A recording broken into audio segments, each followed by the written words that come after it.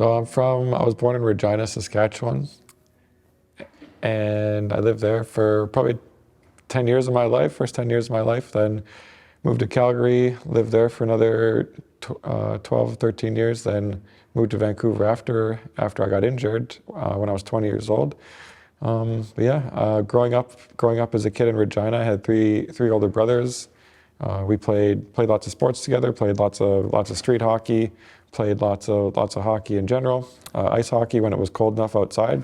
The rink freezes, throw some water down, and you can start skating on the ice out there. It was so cold out during the winter time. So otherwise, I did a lot of dancing, Romanian dancing, ethnic dancing. So as a kid growing up, did a little bit of work in the arts that way, and did some performances and lots of high kicks and lots of twisting and turning, and it was good, a lot of fun as a kid, and good memories growing up. And I think that's probably why I have at least a little bit of rhythm now, just because growing up you're so free as a kid, and now it just makes you remember those moves growing up. I describe myself as I just turned 40 years old, 40-year-old male.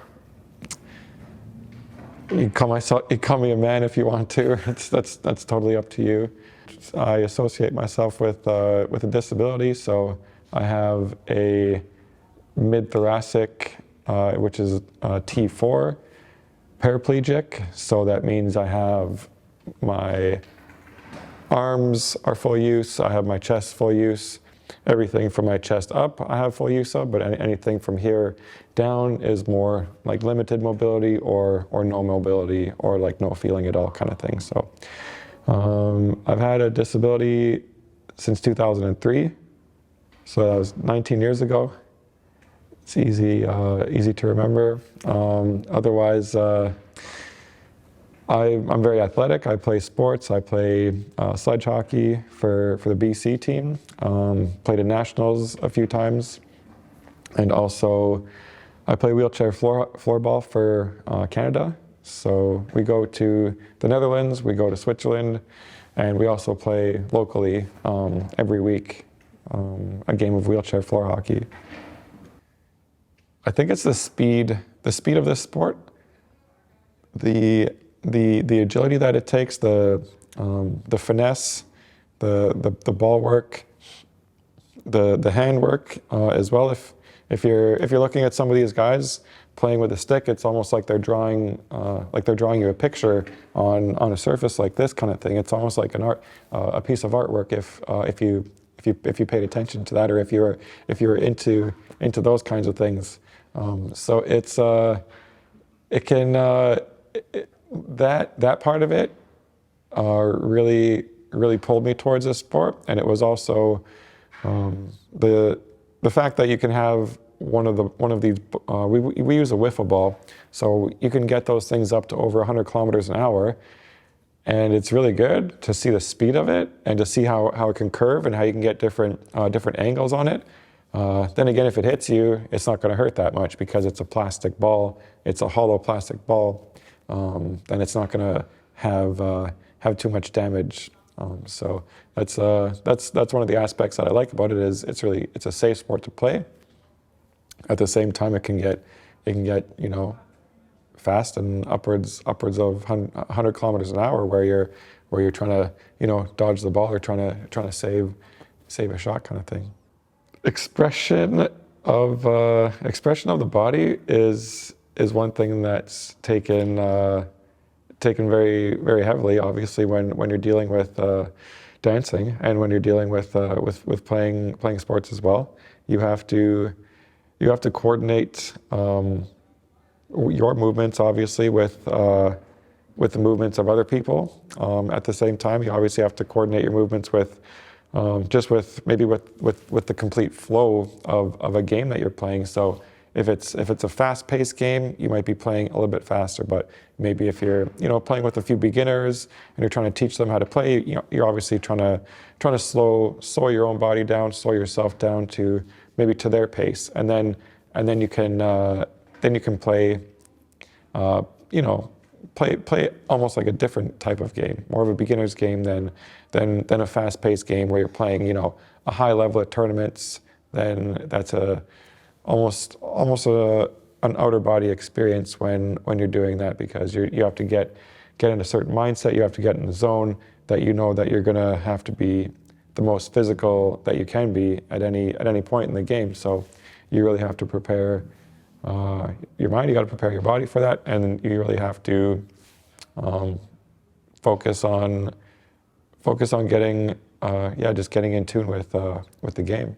Yeah. So when you're playing against higher level of people, or when you're playing at a higher level of a game, you obviously want to play at that level, and the flow of the game is going to be a lot faster, and the pace is going to be a lot quicker.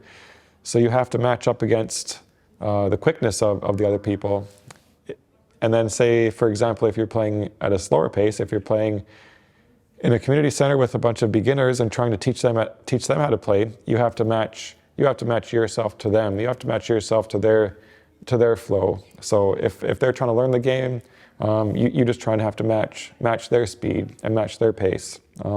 Obviously, you're trying to want to get a little bit quicker than them, so they can kind of get quicker at that pace. But you have to gauge who you're playing against in order to judge how hard to play, or just in order to judge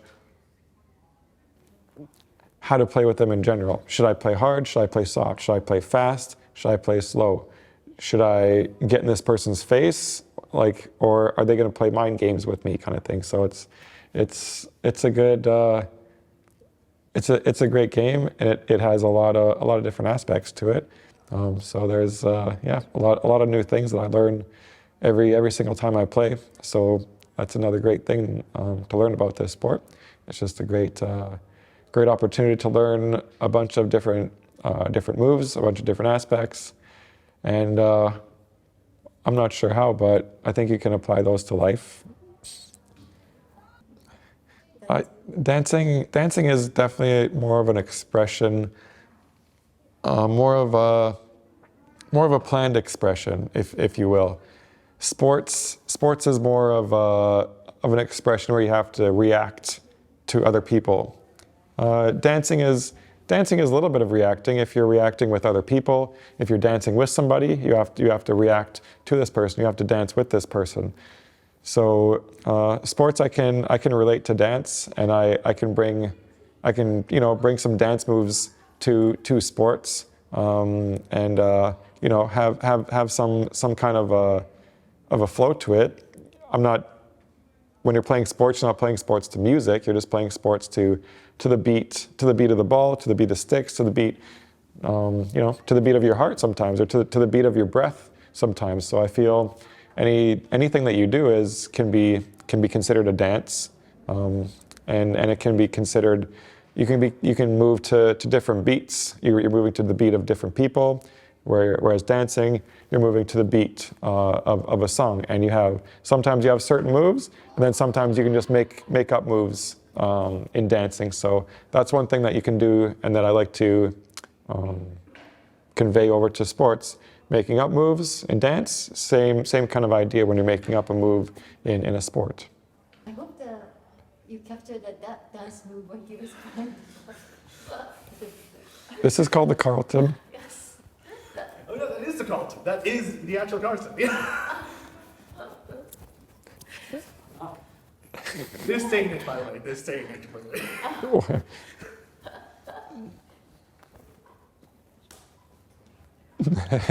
I don't know what else I got. Last few minutes, and you danced your way out. That's amazing. That's amazing. No music needed. Oh, I'll put music. Put music to it. Oh, I know music needed. He brings his own music, right? Yes. Oh, I wish I could do that right in the spot. Like, the word is I think that's your personality that you're born with, or you just develop the I don't. Okay, now's your chance. Yeah. I don't know. Let's just go. It took me another 20 years to do that, but just what your advice for someone like this? I don't think you would need anything like that. Come on. Really? How do I explain this to somebody that should already know this?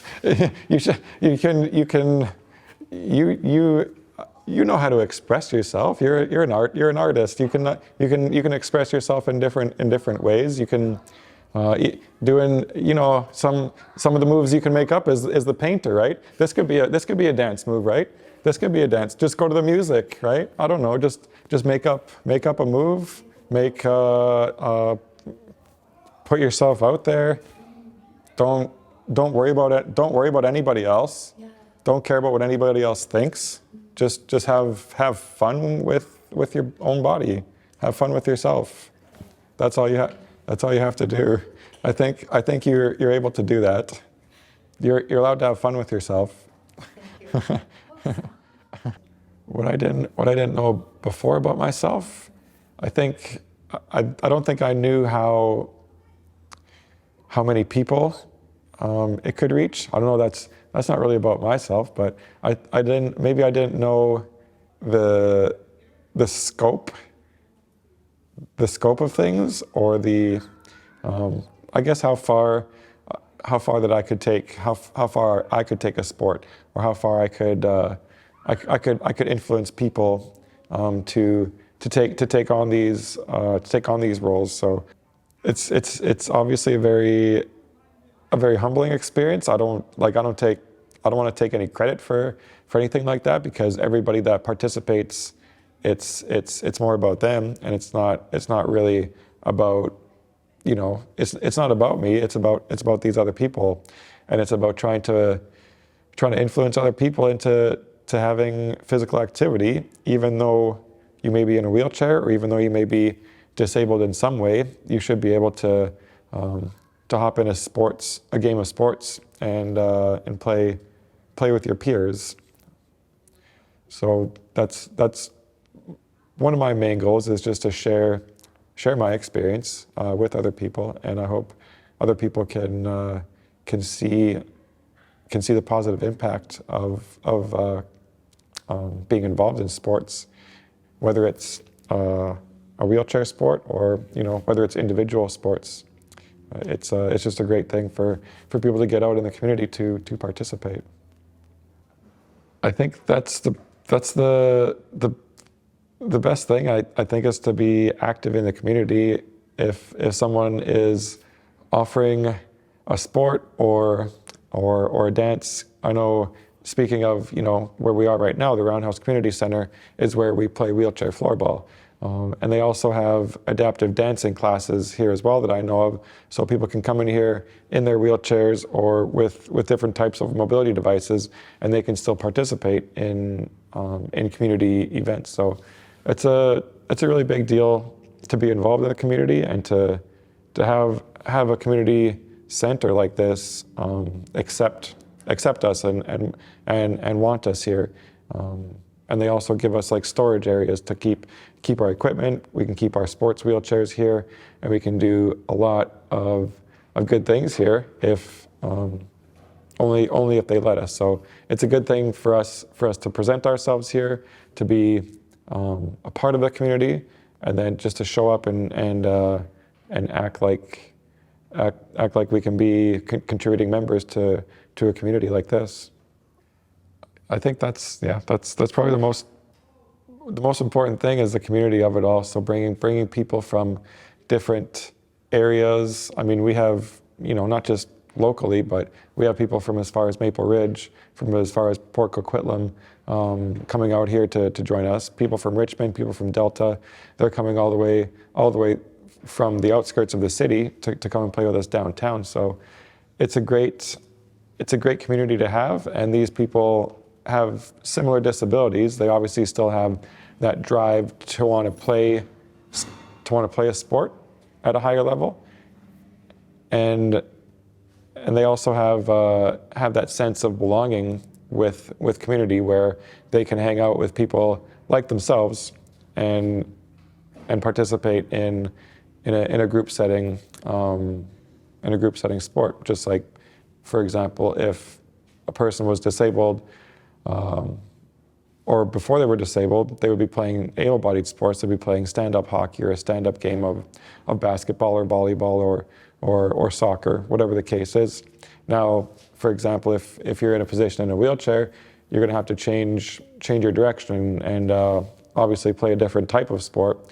It's still a sport, no matter what. If you're in a wheelchair or if you're in playing sledge hockey, those are still team sports, right? So you still have to get in the right mood to play those sports. It gives you a different perspective, and it gives you a sense of something that's bigger than yourself, and it's something to strive towards, because here in Canada, the sport that we play, the wheelchair floorball we play, we only have one community center that we play in all of Canada, really.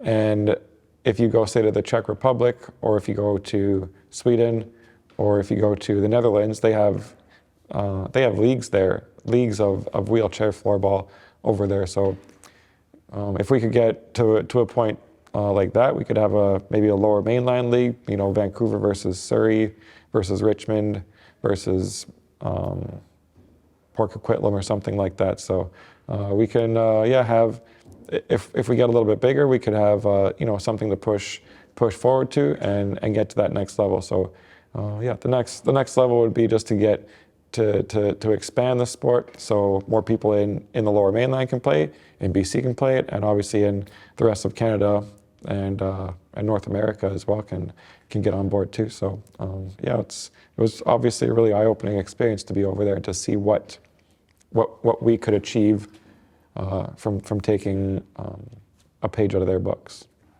I think the very first time that we had a tournament on Canadian soil was probably the best memory that I have of bringing something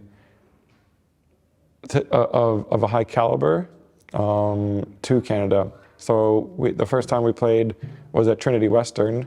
We had a gymnasium there to play at, where it's kind of in the middle of nowhere. There's nothing around there. We were playing in the summertime, so there was no school, there was no kids there. We just had a gymnasium basically to ourselves.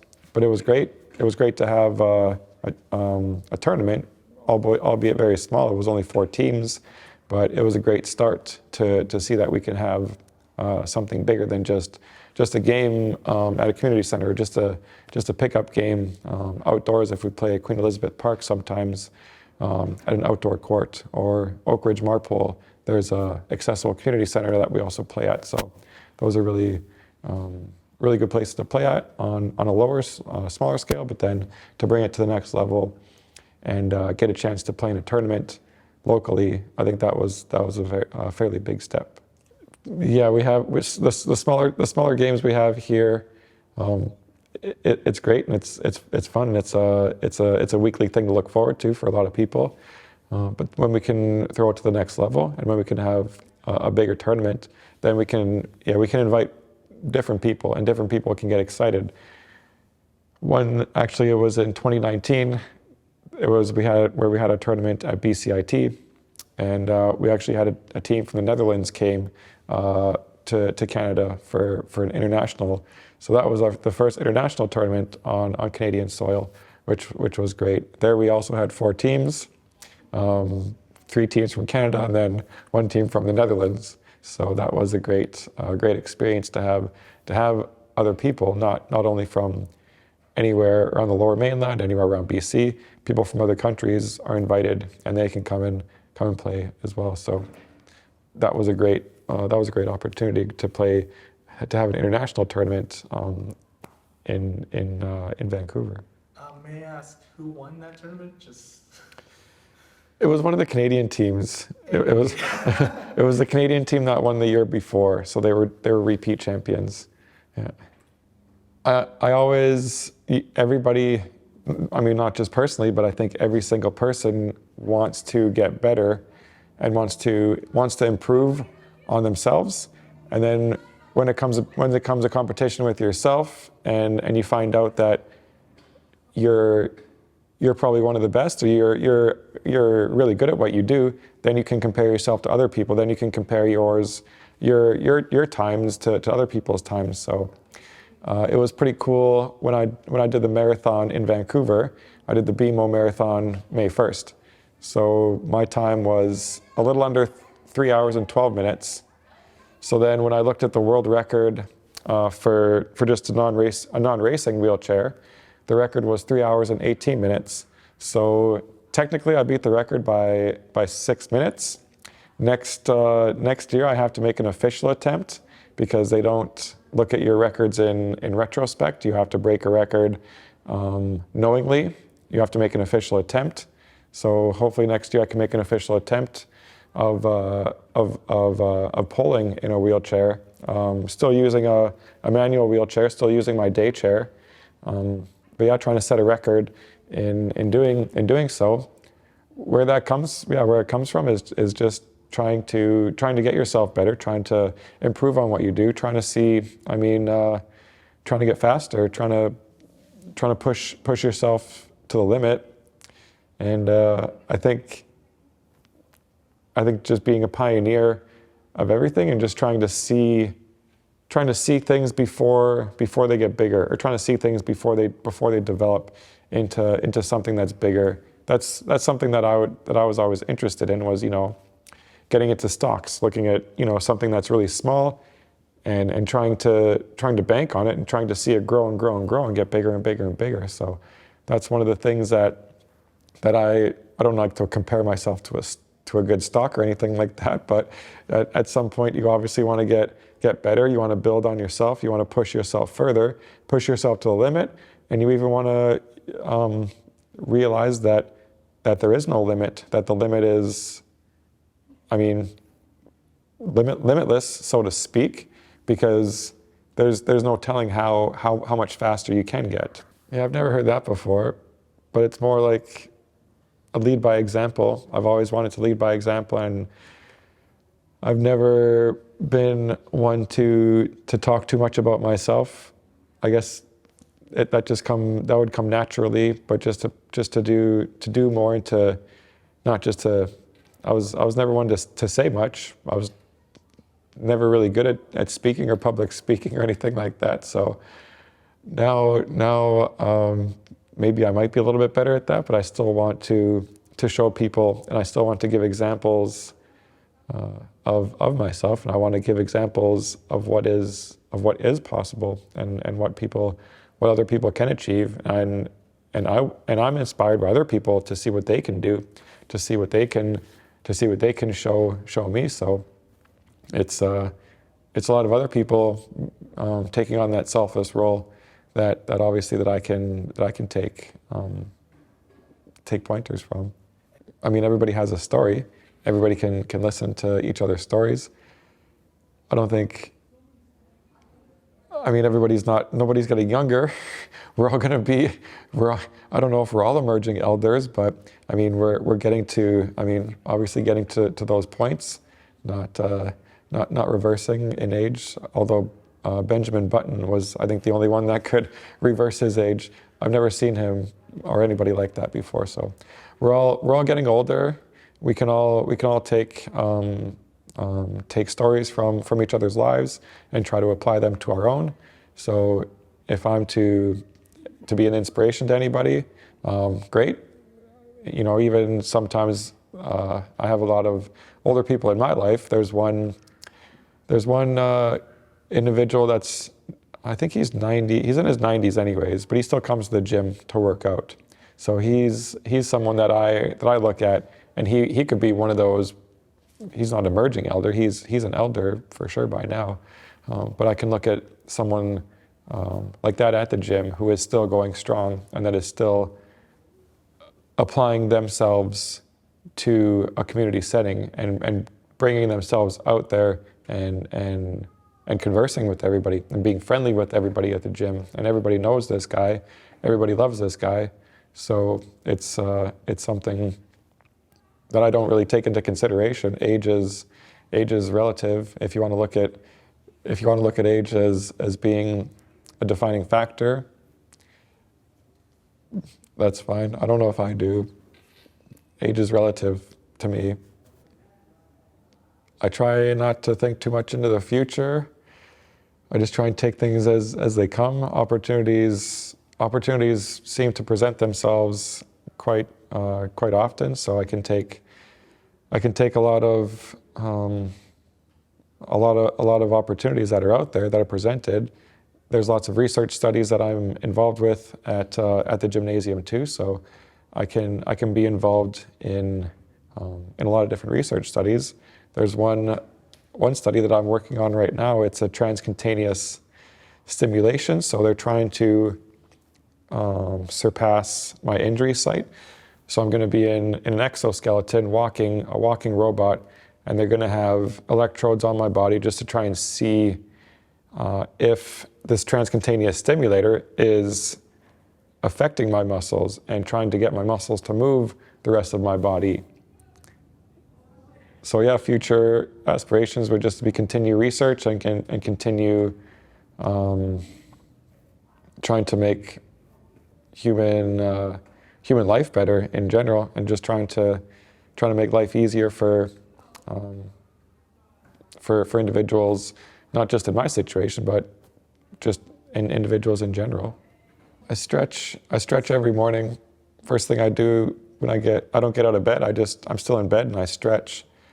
And that's something that the nurses in the hospital told me 19 years ago, was to stretch your body, otherwise your muscles will spasm and your muscles will get tight, and then you won't be able to straighten your legs anymore. You won't be able to do different things with your body. So even though you're in a wheelchair, you still have to stay limber. You still have to keep your body in working condition, so to speak. I always thought, if somebody were to come and give me an injection in my spine and say, here, you can walk again, well, I don't think that would be possible, because you have to have strong muscles, you have to have strong limbs, you have to have legs that are able to move in that way. So I try to stay healthy, and if there's a miracle cure come around, so to speak, then I could be ready for things like that. So I try and do something every day. Try to go to the gym every day. Try to go outside, if it's not just to wheel around to the store, to Safeway and back home. Even just to wheel a kilometer or two during the day. That's better than sitting around in a wheelchair at home, or sitting at a computer, with your back hunched, or sitting on the couch watching Netflix or something like that. So you can have something to look forward to every day, whether it's I have a ski machine at my home. So during COVID, we weren't allowed to go to the gym anymore. So I got a ski machine at my house, so I can do work like this. And then when it's nice out like today, I have ski poles, which I use in the marathon and half marathons. So I'll pull around town for, sometimes I'll go for 20 kilometers on my poles in my wheelchair. So that's just a workout in itself. Sometimes I'll pull to the gym, and then we can have boxing classes. We can have we have dance classes at the gym. We have playing some ping pong at the gym too, and working out at the gym as well. So I try to get to the gym almost on a daily basis. If it's just not to get there, one thing is a workout getting there. But once I'm there, I also get to train a little bit and work on those muscles that are still operational. And even if not, I can still get in a standing frame, stretch out my legs. There's also Sci-Fit or New Step. You can put your feet and your legs in a machine, and they can move back and forth as well. So you can move your limbs, even though they might not be fully functional. Still something to look forward to every day. Something to look forward to every day, and something to, rather than waking up and thinking, hey, what should I do today? It's waking up and, okay, I can go and work out today and go to the gym and go and hang out with my friends.